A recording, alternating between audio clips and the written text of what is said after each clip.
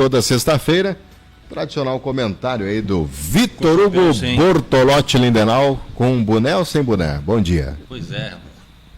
Tem que fazer uma enquete. Bom dia Eduardo, bom dia à nossa audiência. Nessa breve ausência, sexta-feira passada não participei, que por motivo de força maior fui me despedir de uma pessoa muito querida, que estava no lugar de avô dos meus filhos, no caso tio-avô, um camaquense que levou esse nome dessa cidade com muito orgulho, o Cláudio Nes Malck. Cláudio foi funcionário de carreira do Banco Central, do antigo Sul Brasileiro, foi interventor do nomeado na época do Sul Brasileiro, onde que saiu o Banco Meridional, né? Também ele esteve à frente aí no principal, os mais antigos, digamos assim, lembro que foi o ProER, foi um ato aí de saneamento dos bancos brasileiros, né, que passavam por dificuldade, adotou medidas técnicas aí, fez essa gestão de saneamento, que foi por alguns questionada, mas logo depois veio a crise dos bancos americanos, e o Brasil passou intacto nesse temporal, porque tinha feito a lição de casa lá atrás, e muitas pessoas que ali criticaram este ato técnico, depois vieram dizer que o Brasil tinha feito aquilo que os Estados Unidos não fez. Tive a oportunidade de um evento onde foi agraciado como equilibrista do ano, no Plaza São Rafael, em Porto Alegre, onde estava inclusive, que era muito amigo, o ministro da Fazenda, Pedro Malan, Raul Ponte, diversas autoridades, prefeitos, diversas pessoas estiveram lá neste agraciamento que ele recebeu e reconhecimento pelo seu trabalho, tá? Inclusive alguns que criticaram colocaram um vídeo que ele tinha sido um responsável por essa estruturação dos bancos brasileiros, e foi um quebra-quebra de bancos americanos, né? E a imprensa na época noticiava se essa contaminação chegaria no Brasil. Felizmente não chegou, porque lá atrás foi tomada uma medida técnica de correção e deixou esse seu legado de estruturação aos bancos brasileiros. Nos despedimos deles, deixa aí uma mensagem, um carinho de um homem muito correto e um camaquense que muito orgulhou aí as suas origens. Pois bem, chuvinha não para, né? Sabe que, Eduardo, ali aqui para a parte da Vaz tem lugares que já choveu 300 milímetros, com mais esse tanto, 180 no dia, 120 do outro. É uma coisa de louco. Acho que foi ontem à tarde, não chovia em Camaquã e aí para baixo batia água, tá? O tempo realmente está implacável. Mas a notícia que vem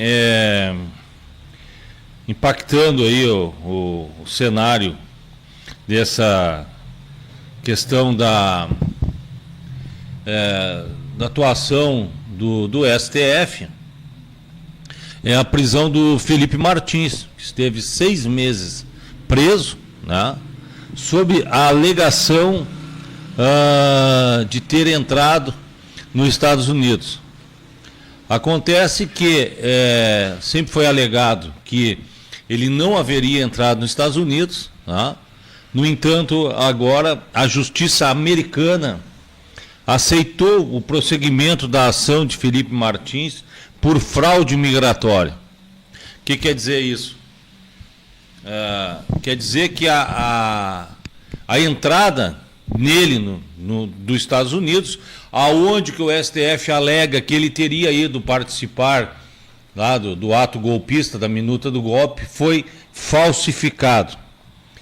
Se fosse no Brasil, isso passaria batido. Acontece que a advogada dele levou conhecimento das autoridades a um juiz federal, que aceitou aí, né, a denúncia né, do réu, que ficou por conta disto 6 meses preso, né, pelo simples fato de ele, dentro da sua liberdade de viajar, de ir a um país estrangeiro, fosse algum crime.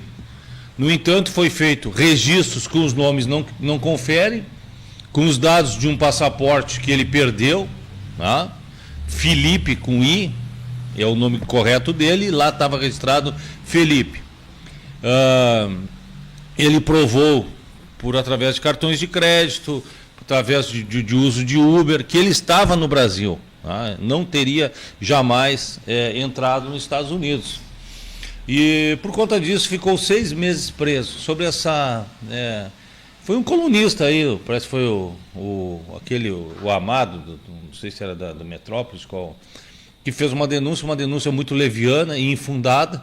No entanto, agora, o juiz federal acatou e eles vão para a questão agora, tem 60 dias para a constituição de provas.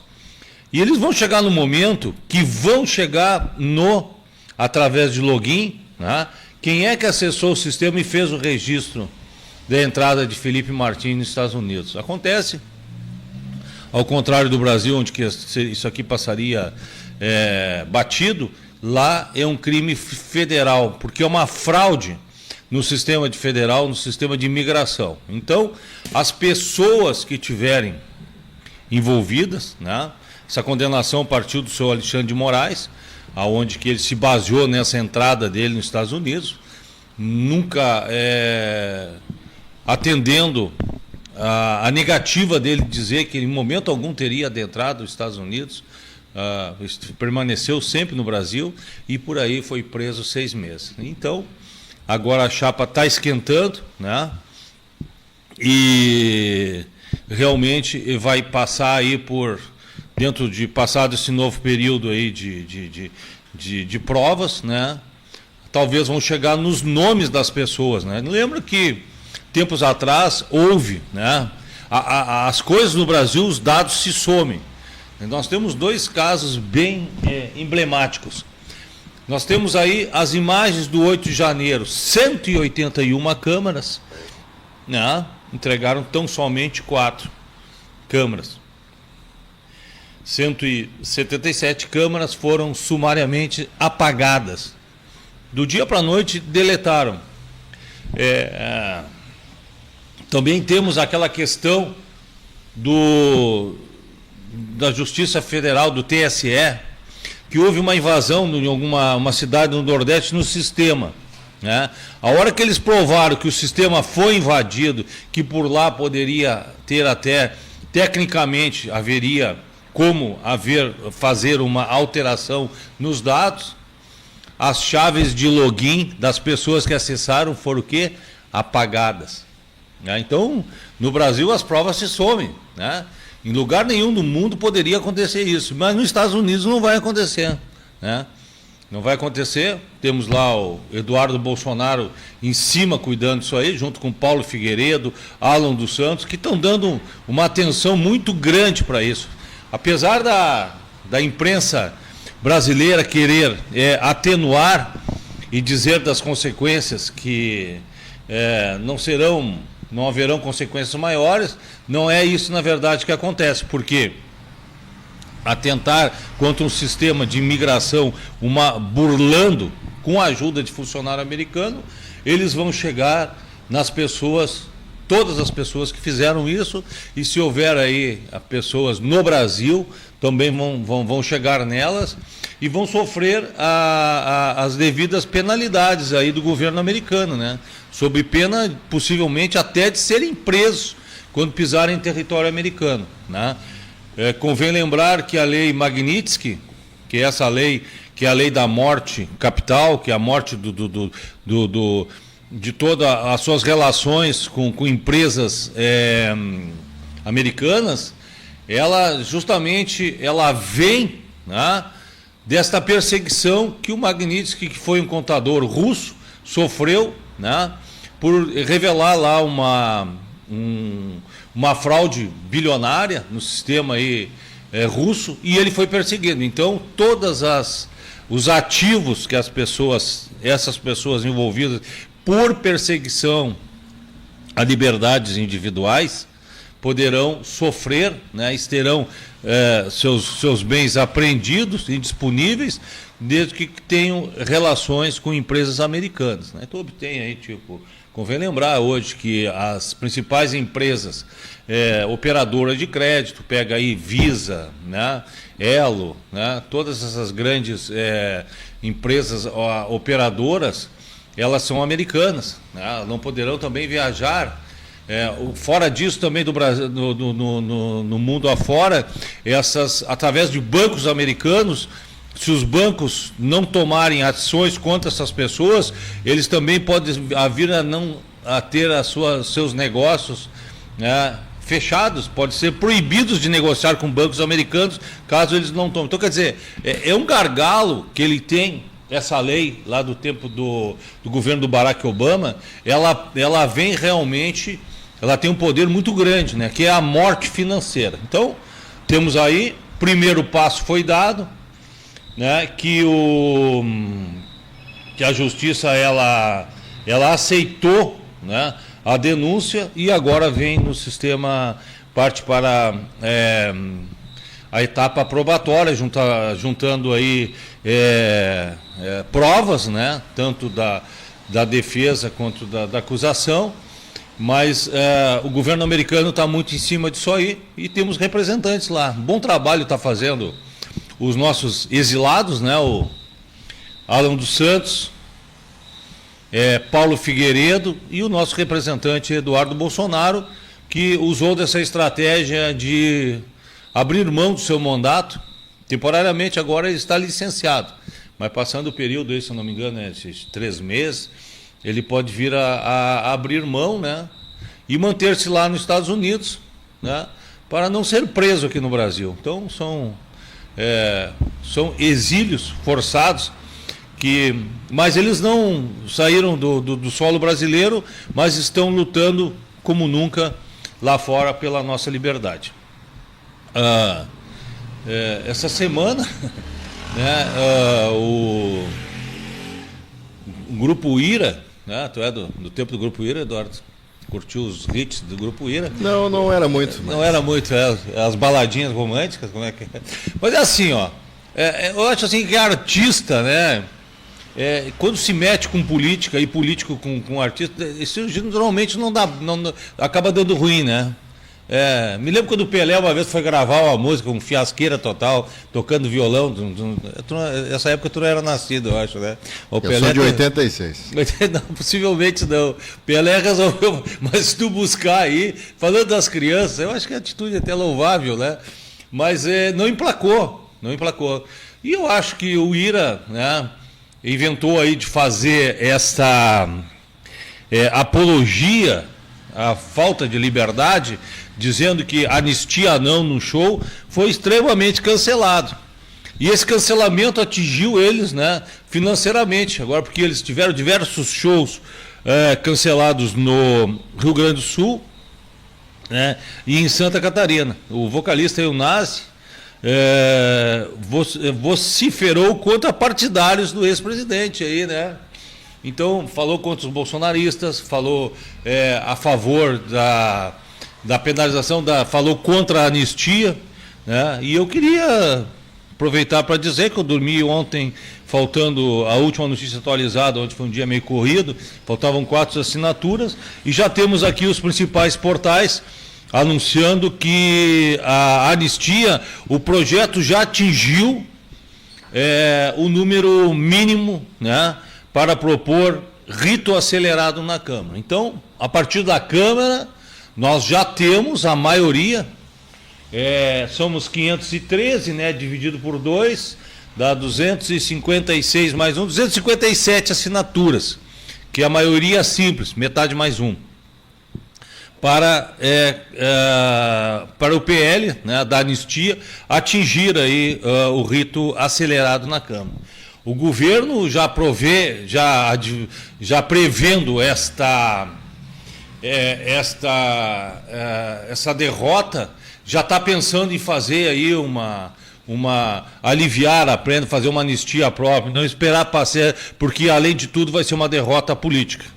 Então o que dá para notar nesse momento é o seguinte, que diversas pessoas, né, não se calaram, e diversos partidos, alguns de direita, outros de esquerda, o próprio PL teve alguns que não, os covardes que não assinaram, mas teve partido de esquerda também, deputados de esquerda, que diante de tanta aberração de cerceamento de liberdade, como pegar uma mãe que não entrou no prédio do STF, né, que em momento algum escreveu uma frase que foi pronunciada por um juiz do STF, lá em Nova York. Talvez tenha sido uma das últimas vezes que ele tenha passeado lá nas terras do tio Sam, nas terras americanas, né?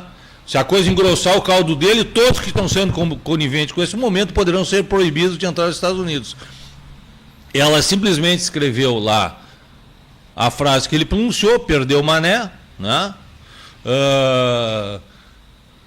Ela vai levar por conta disso 14 anos de cadeia, como tentado violento ao Estado Democrático de Direito, botaram lá como se fosse intervenção armada, destruição de obra pública. O cara foi lá com uma lava-jato, com sabão, né, deu uma esguichada ali, foi removido, né, sem problema algum. A estátua está lá intacta e ela já com 2 votos a favor de levar 14 anos de cadeia, enquanto o ladrão lá do Rio de Janeiro, com 400 anos de cadeia, está solto. André do Rap, outros traficantes, solto. Então, quer dizer,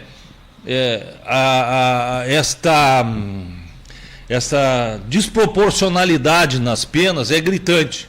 E temos aí, né, um juiz que finalmente se levantou diante desta ação em bloco. Nota-se que dos anos para cá não se vê mais debate dos juízes do STF. Os votos são previsíveis, né? Não existe mais aquela discordância. No entanto, né, até foi aclamado pela ex-primeira-dama, né, que o juiz Fux foi a primeira voz que se levantou agora e discordou por achar exagerada, né, a pena contra a Débora, essa cabeleireira, né? Então, aquilo que era para ser uma casa de debate, hoje é uma casa que já vem com os votos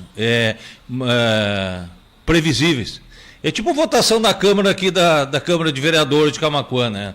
Determinado projeto, o pessoal, conforme a orientação do governo, né, ele já sabe qual é o lado que... Falando, como é que é? Com o vereador falando ou não falando, ele já sabe qual é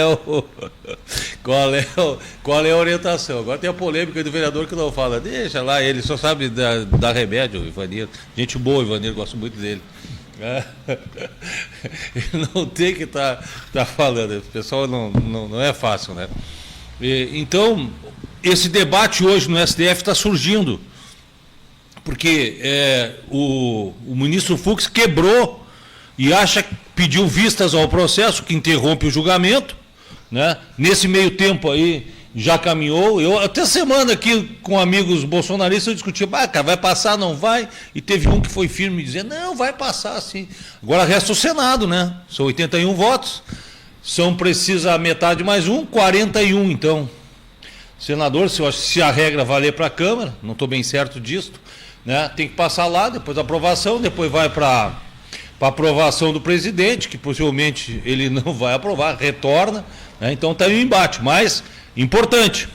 Eu acho que agora, atingindo a metade, durante o dia hoje haveremos uma progressão nesses dados, porque nas últimas horas aí houve uma grande debandada. E mais, isso aí fortalece, né, Bolsonaro como líder da oposição. Politicamente há uma oxigenação nesse movimento de direita, né? E também desses excessos cometidos pelo STF, na hora que o caldo começa a dar uma invertida, né? Esse governo americano vai puxar, lá não é que nem o Brasil, que apagam câmeras, que apagam os dados de login lá nos computadores do Tribunal Eleitoral, né? Lá a coisa vai ficar e eles vão atrás. Quem é que fez, né? O Eduardo Bolsonaro disse que em 1980, não sei, 90 e tantos, que ele trabalhava ainda na Polícia Federal, lá já era possível rastrear, como hoje em banco. Qualquer pessoa que acessar, meses atrás, teve num banco federal que acessaram a conta aí de um político, não sei se foi presidente, eles foram atrás, acharam a pessoa, porque fica ali o seu registro de login, a pessoa tem que entrar com o seu login e senha, então fica registrado.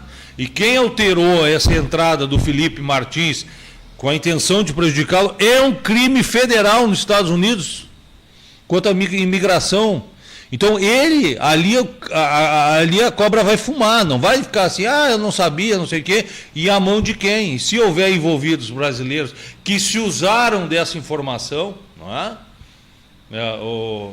Acho que o Ricardo Amado, como é que é? O Ricardo Amado, o Rodrigo Amado, aquele colunista, que se sumiu, que foi demitido agora, né? Se eu não me engano era do Metrópolis, que deu essa informação. Então, em cima de uma prova, de uma acusação frágil, Felipe Martins levou 6 meses de cadeia. Cara que eu tive a oportunidade de conhecer, São Paulo, tem foto com ele, gurizão, novo, um cara educadíssimo, né? Reconhecido, o gabinete dele é lá da sala do Bolsonaro, ele é um assessor para assuntos estrangeiros, uma sumidade, cara muito inteligente. Os caras ainda me falaram lá na convenção, quando o cara me apresentou ele, eu digo, olha, ele acertou 90% dos governadores na época das eleições, né? Então, a visão estratégica e conhecimento de política que ele tem. Então, o Bolsonaro sempre foi muito ligado com ele, como o Cid também, que não tinha imunidade, pressionaram ele, né? Obrigaram ele a falar aquilo que eles queriam ouvir, para poder incriminar o Bolsonaro, inclusive usando de maneira mais terrorista que seja, que é possível ser, colocando aí, né, pessoas da sua família na mira. Se tu não falar, nós vamos prejudicar a tua esposa, tua filha, né, demais familiares. Então, isso aí já é praticamente uma coerção, né, em cima de todo esse processo do Bolsonaro, em cima da delação do Cid, que qualquer lugar que fosse realmente a justiça funcionasse, ela seria anulada, porque uma delação por si só não é suficiente para isso. Assim como a delação, essa prisão do Felipe Martins, ela foi fragilizada. Notícia de hoje, eu tenho certeza, né, vai circular, que é o projeto da anistia que atingiu aí a maioria, né, e já é possível aí, né, então tocar para frente. Então vai ser um motivo de grande comemoração, essa luta aí, temos grandes expoentes. Quero mandar o meu abraço aí para o deputado Zuco, que sempre está à frente, né? Hoje de manhã, acordei de madrugada, ainda estava olhando o pronunciamento dele, e do Nicolas também, que está nesse debate, né? Eu acho muito bacana o Boulos lá, né? O Boulos, ele lá falando na tribuna, né? Pedindo anistia, né? Para o deputado que foi o Glauber, né? Que foi cassado, né? E eles são contra a anistia, as tiazinhas lá com a Bíblia na mão, né? A cabeleireira do batom, que vai levar aí 14 anos, né? Então eles foram lá, estão lá berrando, né, pelo Boulos, né? Enquanto outros deputados de direita, né, que também foram cassados pelo seu simples exercício do direito parlamentar, que é falar, que é dar a sua opinião, né? Então isso hoje já não tem mais validade no nosso sistema, porque o deputado, ele pode ser cassado por dar uma opinião, quer dizer, e mesmo lá na tribuna, né? Então, quer dizer, ontem ainda faltava 5, hoje já temos a totalidade dessas assinaturas, né? E o projeto avança, né? Então agora cabe ao presidente da Câmara, Hugo Mota, colocar a urgência para a votação em plenário. E o próprio projeto, se a urgência for aprovada, o grupo ligado a Bolsonaro quer perdoar penas aí para os manifestantes do 8 de janeiro. A oposição na Câmara dos Deputados conseguiu reunir as assinaturas necessárias para dar início à tramitação de um pedido de urgência ao projeto que perdoa condenações de vândalos do 8 de janeiro de 2023. Né?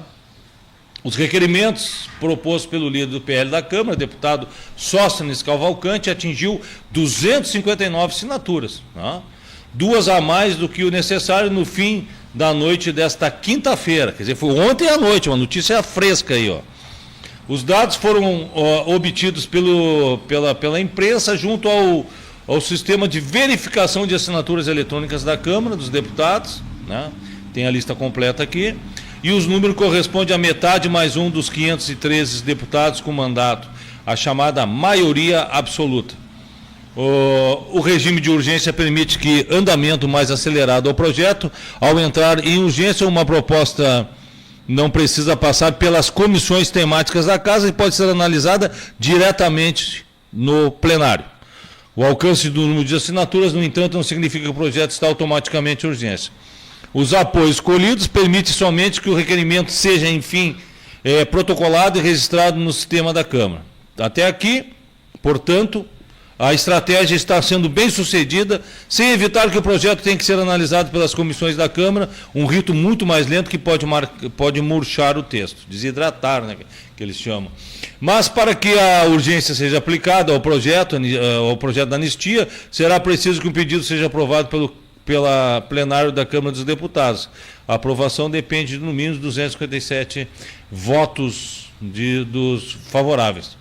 A votação da urgência também não é incluída automaticamente na pauta do plenário. Bem, a verdade é que é o seguinte, o que ocorre é que foi atingida, né, essa parte da Câmara e avança, agora temos que ver a parte do Senado, né, tem os trâmites aí para ocorrer, mas ele vai em regime de urgência, né, que nós temos necessidade de fazer essa justiça, né? Tem uma frase que diz que justiça tardia não é justiça, mas antes tarde do que nunca, né?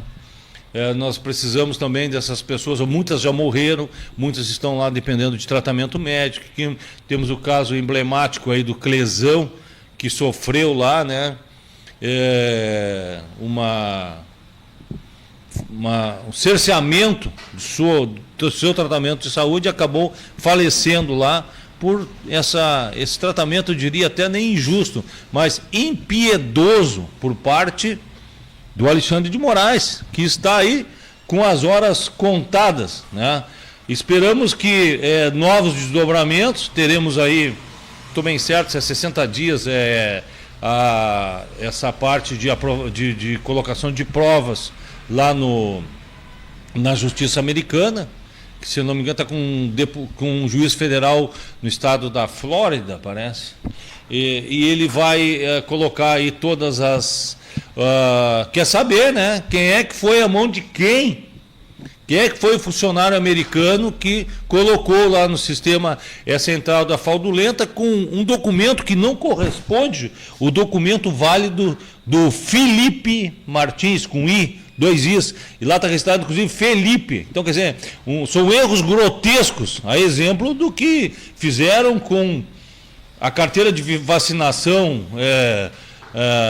do Lula, do Bolsonaro, que colocaram um e-mail que era Lula, @ não sei o que lá. Quer dizer, então, assim, são casos escancarados de falsificação amadora, né?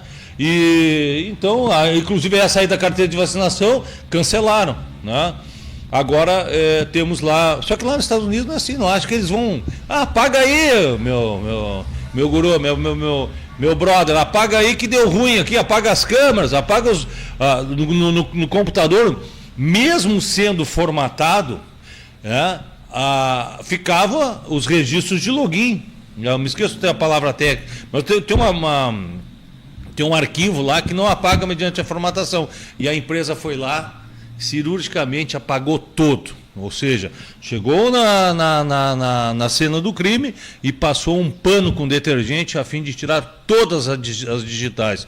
E as digitais eletrônicas num sistema de informática botou lá, Eduardo, bota a senha, né? Clique rádio, ficou ligado ali. Se o funcionário chegou e acessou, fica. Quem é que no dia tal acessou? Isso aí foi apagado, né?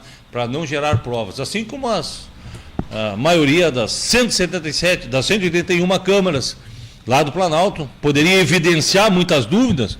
Tem aquela questão de pessoas que antes de os manifestantes invadirem o STF já estavam lá dentro provocando depredação, quebrando os vidros, quebrando o relógio, uma série de outras coisas, né?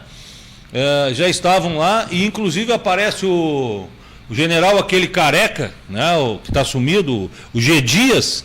O G. Dias orientando eles por saírem por passagens lá, não secretas, mas passagens de emergência para sair de lá de dentro do prédio, né? Que é onde depois eles foram conduzidos ao brete pelos nossos militares, né? Eu acredito que esse ato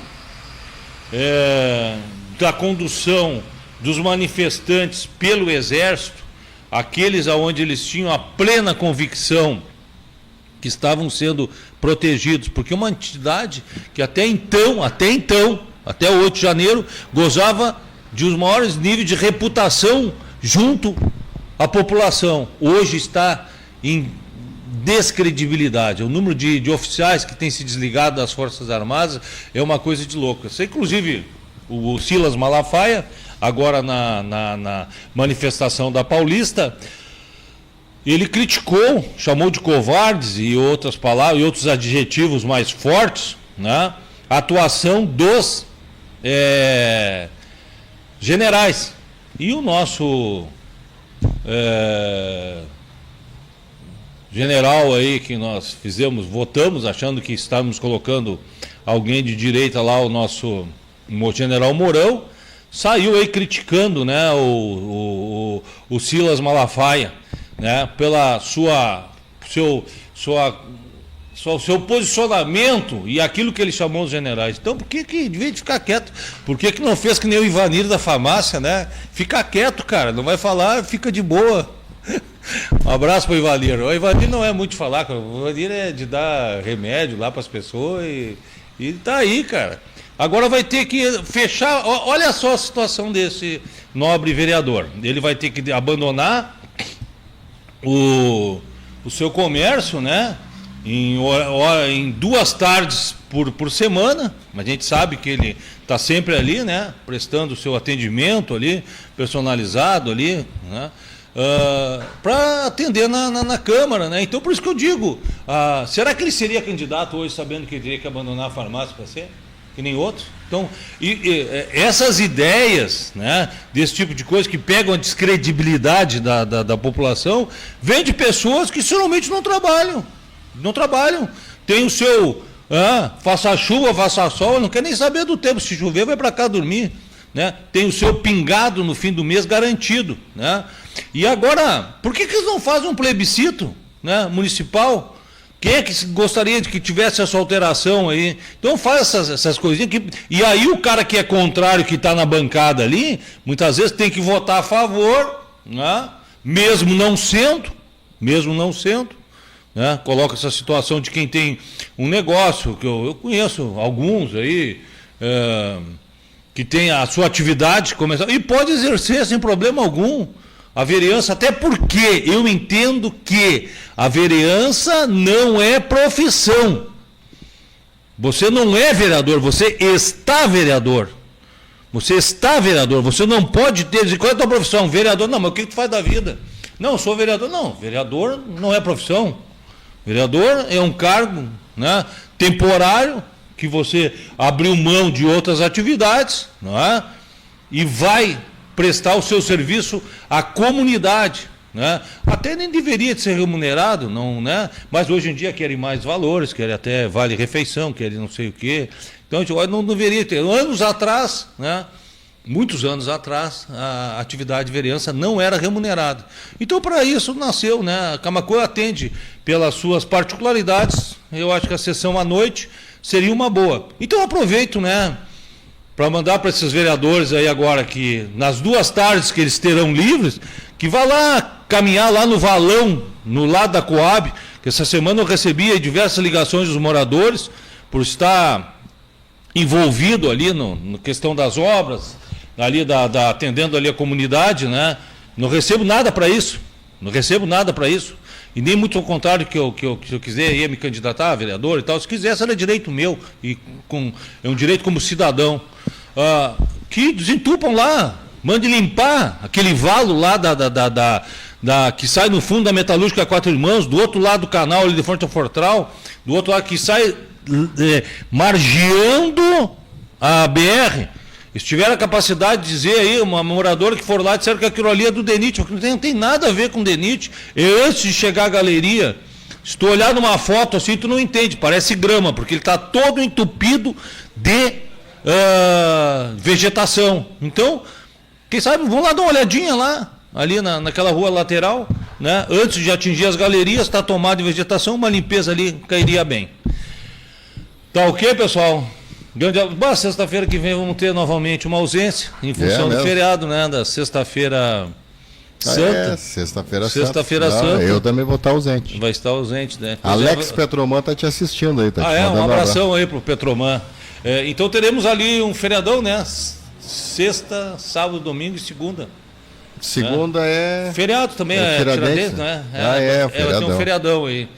Possivelmente, não sei se é que a prefeitura vai fazer ponte aí de segunda a sexta, não, mas não tem, né? Se caiu ruim, podia ser sido terça. Aí dava uma... Ô Petroman, dá uma olhada aí, ó, o pessoal da Coab lá tá pedindo lá, vê se tem teus contatos aí, ó. Pede a limpeza do valão lá, me manda aí o teu WhatsApp que eu te mando as fotos lá, o pessoal pediu ali no fundo da metalúrgica Quatro Irmãos, até ali atingir as galerias ali já de duplicação da BR, que ele está virado só matagal, tá ok?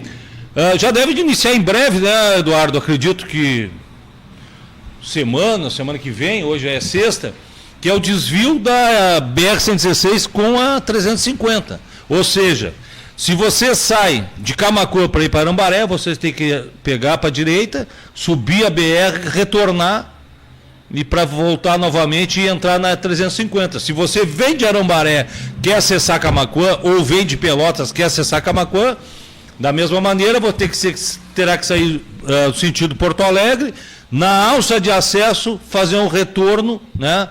Retornando ali de frente ao posto Sim. Eu acho que ficou muito bom esse retorno, né? Porque permite ali no espaço curto. Imagina se tivesse que ir lá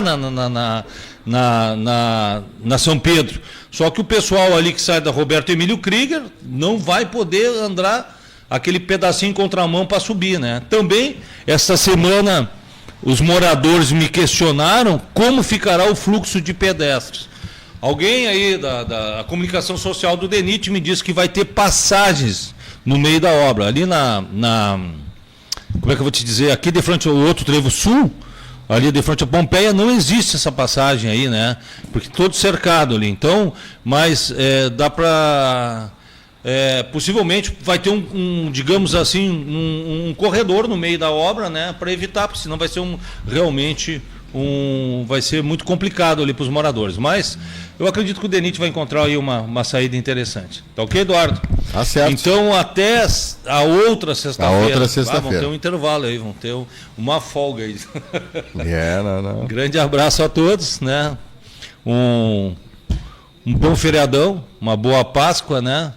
E nos reencontramos aí na outra sexta-feira. Com brioche ou sem brioche? Pois é, cara, não estou encontrado mais brioche, eu acho que subiu o preço do brioche, aí eu não estou tendo essa... Tá difícil de encontrar o brioche. Valeu. Falou, Vitor Hugo Bortolotti Lindenau.